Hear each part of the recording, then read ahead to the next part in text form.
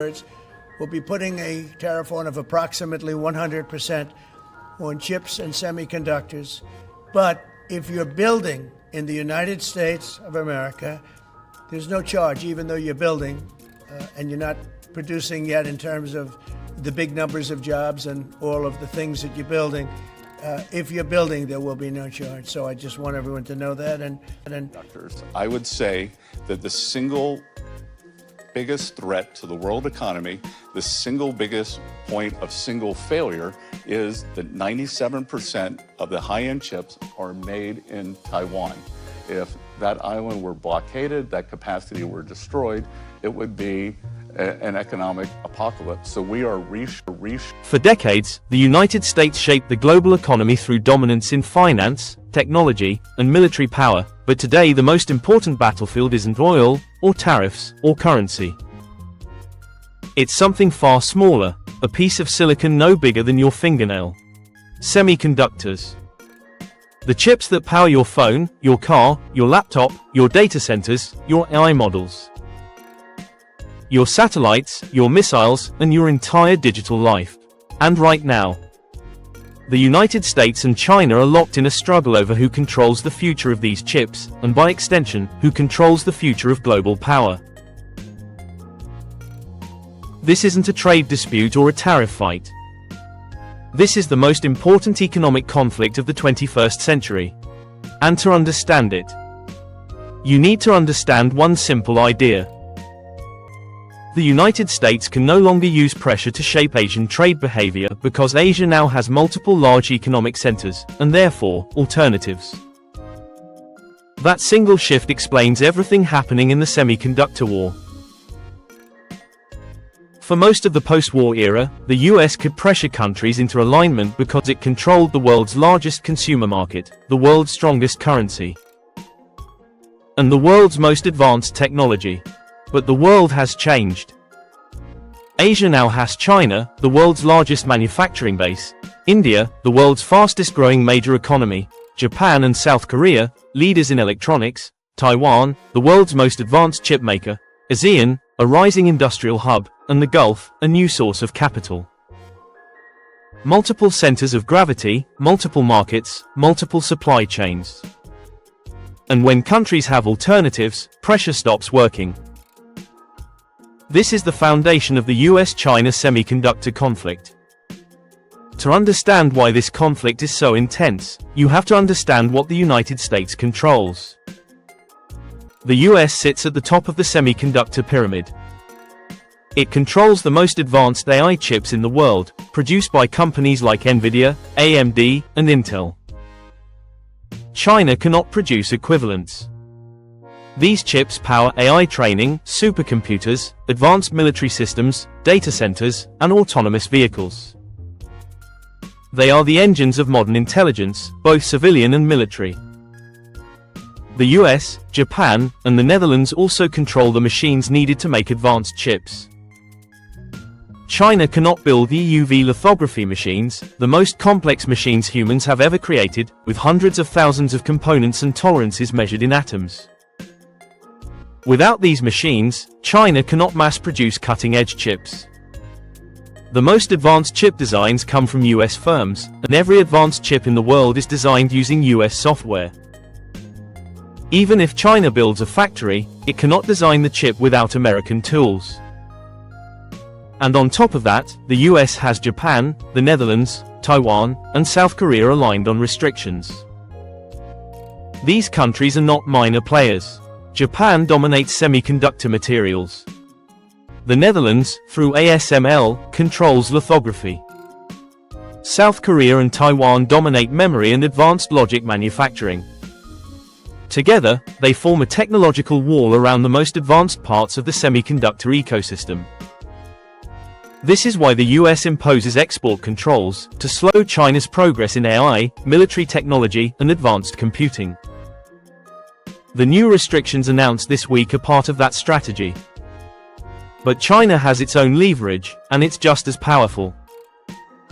China sits at the bottom of the semiconductor pyramid, and the bottom is just as important as the top. China dominates global production of critical minerals like rare earths, graphite, gallium, and germanium, all essential for chip making. These minerals are the raw materials of modern technology, and China controls most of the world's supply. China has already hinted at tightening these exports. China is also the world's largest producer of mature node chips, the low-end but high-volume chips used in cars, appliances, industrial controllers, and IoT devices. These chips are everywhere, and the US depends on them. China handles a huge share of global chip packaging, the final step before chips become usable. Packaging may not sound glamorous, but without it, even the most advanced chip is just a piece of silicon. China produces more total chips than the US, not advanced chips, but massive quantities of essential ones. And China is the world's manufacturing hub. Every major tech company relies on Chinese factories. This is why China retaliates. If the US restricts advanced chips, China can restrict the materials and components the US needs. To understand how deep this conflict goes, you have to understand the economics of chip making. Advanced chips are made at nodes like 7 nanometers, 5 nanometers, and 3 nanometers. These numbers refer to the size of the transistors on the chip. The smaller the transistor, the more powerful and efficient the chip. But shrinking transistors is incredibly difficult. It requires extreme ultraviolet lithography, a technology so complex that only one company in the world can make the machines. That's ASML in the Netherlands. These machines cost hundreds of millions of dollars each, and they require a global supply chain involving thousands of suppliers. China cannot replicate this, not yet. And that is why the US has leverage. But the bottom of the pyramid is just as important. Mature node chips, made at 28 nanometers, 45 nanometers, or 65 nanometers, are used in everything from cars to washing machines to industrial robots. These chips don't require EUV machines. They require older, more accessible technology. And China has invested heavily in this segment. China produces the chips that keep global manufacturing running. If China restricts these chips, the world feels it. We saw this during the pandemic, when a shortage of mature node chips shut down car factories around the world. China understands this leverage, and it uses it. This conflict is not just economic, it is deeply geopolitical. Advanced chips power modern militaries.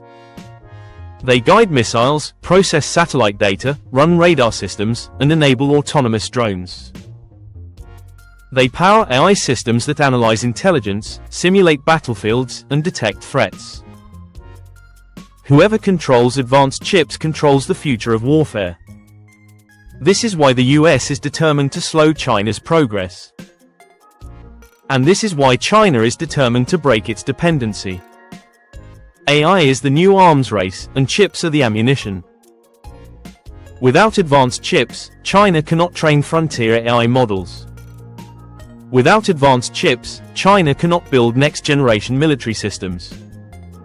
Without advanced chips, China cannot compete with the US in intelligence, surveillance, and reconnaissance. The US knows this.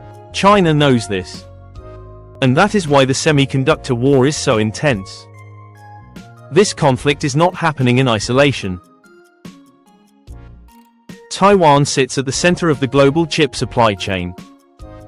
TSMC, Taiwan's leading chipmaker, produces the world's most advanced chips. If Taiwan were disrupted, the global economy would collapse. Japan provides the materials that make chip making possible. South Korea produces memory chips that store the world's data. The Netherlands controls lithography. India is emerging as a new manufacturing hub. ASEAN countries like Vietnam and Malaysia are becoming key players in packaging and assembly. The semiconductor war is not just a US-China conflict. It is a global struggle involving every major economy in Asia and beyond. This creates a cycle of escalation. The US tightens export controls, and China loses access to advanced chips. China responds by accelerating domestic chip development, pouring billions into subsidies, new fabs, and research. China then threatens mineral restrictions, making the US vulnerable. The US pressures allies to tighten controls, and China retaliates again with more restrictions, more investment, and more self-reliance. Neither side can back down because this isn't about trade. It's about power. It's about who shapes the next century. This week's developments fit perfectly into this pattern. The US tightened restrictions on advanced AI chips, chip-making tools, US persons working in Chinese fabs, and loopholes China used to bypass earlier controls. China responded by formally protesting the restrictions, accelerating domestic chip subsidies, hinting at new mineral export controls, and framing the US as destabilizing global supply chains. This is the semiconductor war in real time. The United States controls the advanced chips China needs. China controls the materials and manufacturing capacity the United States needs. Both sides have leverage. Both sides have vulnerabilities. Both sides are escalating. And because Asia now has multiple economic centers, China, India, ASEAN, Japan, and Korea, the US cannot pressure the region the way it once did. This is not a temporary conflict. This is the new structure of global power. The semiconductor war is not about chips. It's about who shapes the next century. The United States wants to protect its technological edge. China wants to break its dependency. And the rest of Asia is building alternatives that make pressure less effective than ever before. This is the real trade war, not tariffs, not rhetoric, but the fight over the technology that defines modern power. And it's only just beginning. This is Liberation Lens. We report the news, then we expose the structure underneath it.